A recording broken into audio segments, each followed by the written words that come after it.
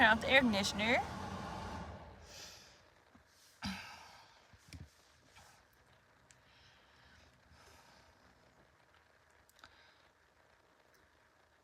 Today we'll be continuing 20,000 Leagues Under the Sea by Jules Verne.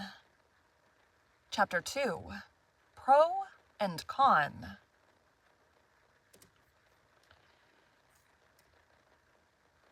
At the period when these events took place, I had just returned from a scientific research in the disagreeable territory of Nebraska in the United States. In virtue of my office as assistant professor in the Museum of Natural History in Paris, the French government had attached me to that expedition. After 6 months in Nebraska, I arrived in New York towards the end of March, laden with the precious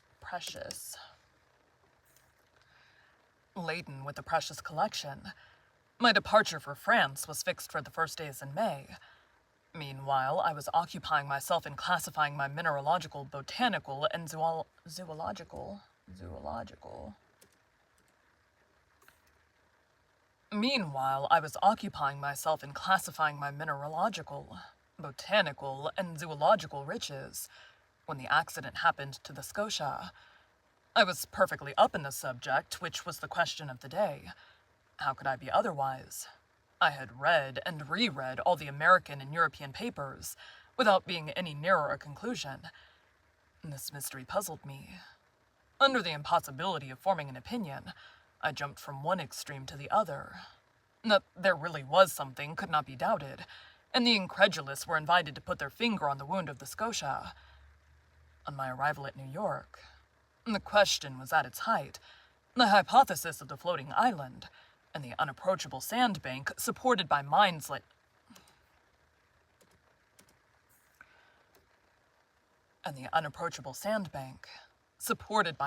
little competent to form a judgment, was abandoned.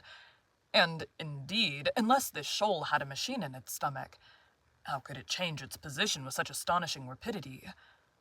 From the same cause, the idea of a floating hull of an enormous wreck was given up. There remained then only 2 possible solutions of the question, which created 2 distinct parties. On one side, those who were for a monster of colossal strength. On the other, those who were for a submarine vessel of enormous motive power. But this last hypothesis, plausible as it was, could not stand against inquiries made in both worlds. That a private gentleman should have such a machine at his command was not likely. Where, when, and how was it built? And how could its construction have been kept secret? Certainly a government might possess such a destructive machine. And in these disastrous times, when the ingenuity of man has multiplied the power of weapons of war, it was possible that without the knowledge of others, a state might try to work such a formidable engine.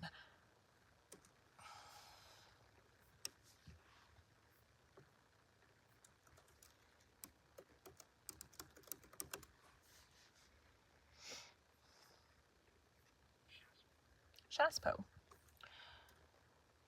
After the chassepôts came the torpedoes. After the torpedoes, the submarine rams. Then, the reaction. At least I hope so. But the hypothesis of a war machine fell before the declaration of governments, as a public interest was in question, and transatlantic communication suffered. Their veracity could not be doubted. But how admit that the construction of the submarine boat had escaped the public eye? For a private gentleman to keep the secret under such circumstances would be very difficult, and for a state whose every act is persistently watched by powerful rivals, certainly impossible. After inquiries made in England, France, Russia, Prussia, Spain, Italy, and America, even in Turkey, the hypothesis of a submarine monitor was definitely rejected. Upon my arrival in New York, several persons did me the honor of consulting me on the phenomenon in question. I had published in France a work in quarto, in 2 volumes entitled Mysteries of the Great Submarine Grounds. This book, highly approved of in the learned world, gained for me a special reputation in this rather obscure branch of natural history. My advice was asked. As long as I could deny the reality of the fact, I confined myself to a decided negative. But soon, finding myself driven into a corner, I was obliged to explain myself categorically. And even the Honorable Pierre Ernax, professor in the Museum of Paris, was called upon by the New York Herald to express a definite opinion of some sort. I did something. I spoke for want of power to hold my tongue. I discussed the question in all its forms, politically and scientifically, and I give here an extract from a carefully studied article which I published in the number of the 30th of April. It ran as follows. After examining one by one the different hypotheses, rejecting all other suggestions, it becomes necessary to admit the existence of a marine animal of enormous power. The great depths of the ocean are entirely unknown to us. Soundings cannot reach them. What passes in those remote depths? What beings live or can live 12 or 15 miles beneath the surface of the waters? What is the organization of these animals, we can scarcely conjecture. However, the solution of the problem submitted to me may modify the form of the dilemma. Either we do know all the varieties of beings which people our planet, or we do not. If we do not know them all, if nature has still secrets and ichthyology for us, nothing is more conformable to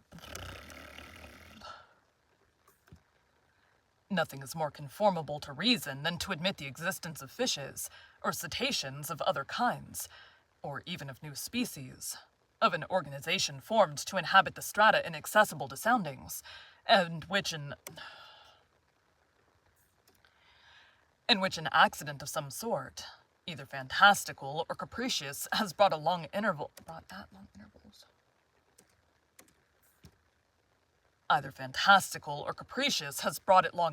to the upper level of the ocean. If, on the contrary, we do know all living things, we must necessarily seek for the animal in question amongst those marine beings already classed, and in that case I should be disposed to admit the existence of a gigantic narwhal. The common narwhal, or unicorn of the sea, often attains a length of 60 feet. Increase its size 5-fold or 10-fold, give it strength proportionate to its size, lengthen its destructive weapons, and you obtain the animal required. It will have the proportions determined by the officers of the Shannon, the instrument required by the perforation of the Scotia, and the power necessary to pierce the hull of the steamer. Indeed, the narwhal is armed with a sort of ivory sword, a halberd according to the expression of certain naturalists. Halberd.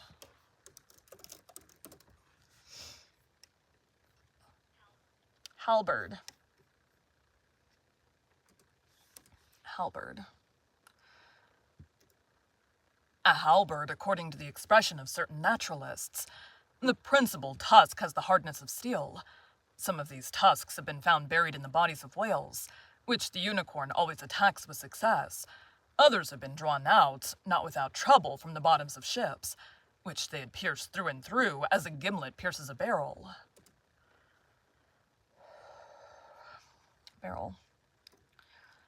The Museum of the Faculty of Medicine in Paris possesses one of these defensive weapons, 2 yards and a quarter in length, and 15 inches in diameter at the base.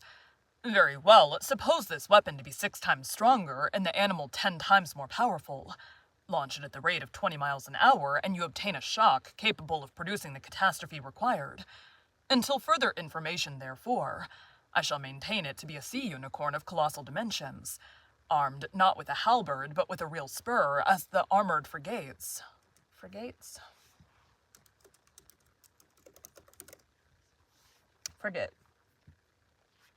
Frigate.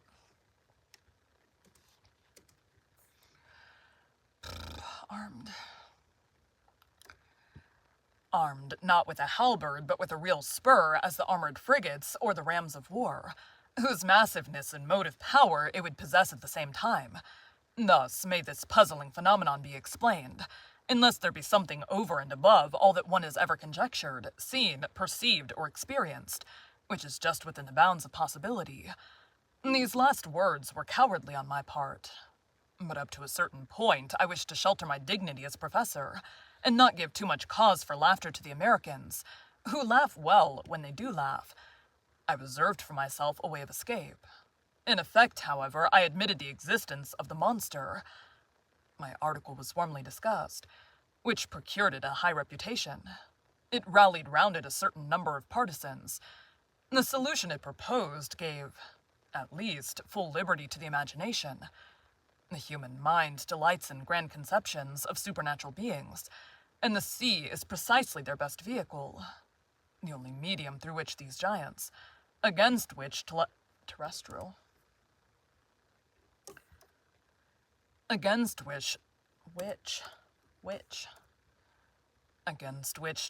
animals such as elephants or rhinoceroses are as nothing, can be produced or developed. The industrial and commercial papers treated the question chiefly from this point of view. The Shipping and Mercantile Gazette, the Lloyd's List, the Packet Boat, and the Maritime and Colonial Review, all papers devoted to insurance companies which threatened to raise their rates of premium, were unanimous on this point. Public opinion had been pronounced. Public opinion had been pronounced. The United States were the first in the field, and in New York they made preparations for an exhibition destined to pursue this narwhal. I've always said that narwhal, is that right?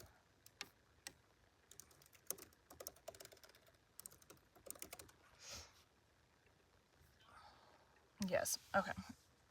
Narwhal. A frigate of great speed. The Abraham Lincoln was put in commission as soon as possible. The arsenals were opened to Commander Farragut, who hastened the arming of his frigate. But as it always happens, the moment it was decided to pursue the monster did not appear. For 2 months, no one heard it spoken of. No ship met with it. It seemed as if this unicorn knew of the plots weaving around it.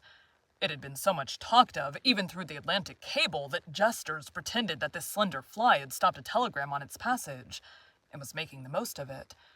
So when the frigate had been armed for a long campaign, and provided with formidable fishing apparatus, no one could tell what course to pursue.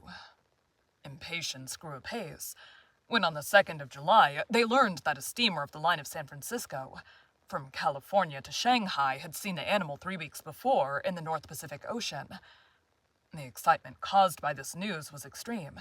The ship was revictualled and well stocked with coal. 3 hours before the Abraham Lincoln left Brooklyn Pier, I received a letter worded as follows.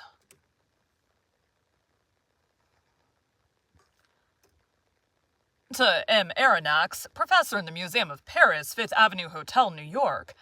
Sir, if you will consent to join the Abraham Lincoln in this expedition, the government of the United States will with pleasure see France represented in the enterprise. Commander Farragut has a cabin at your disposal. Very cordially yours, J.B. Hobson, Secretary of Marine.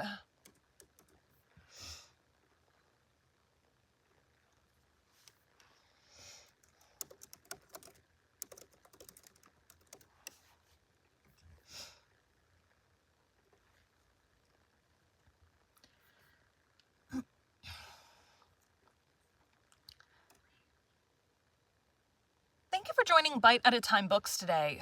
Well, we read a bite of one of your favorite classics. Again, my name is Bree Carlile, and I hope you come back tomorrow for the next bite of 20,000 Leagues Under the Sea. All right, we're gonna hop off. We're gonna start tomorrow with a behind the story. I have these set in my thing because I have a tendency to forget to do the behind the stories. So I have it set up where every other I'm recording one of these. Luckily, all these behind the stories are really short. Delete all that. Doop doop. Doop doop. View mode. Okay, we got chapter. We can close out of that. We got chapter 2 done. Doop doop. Thanks, guys.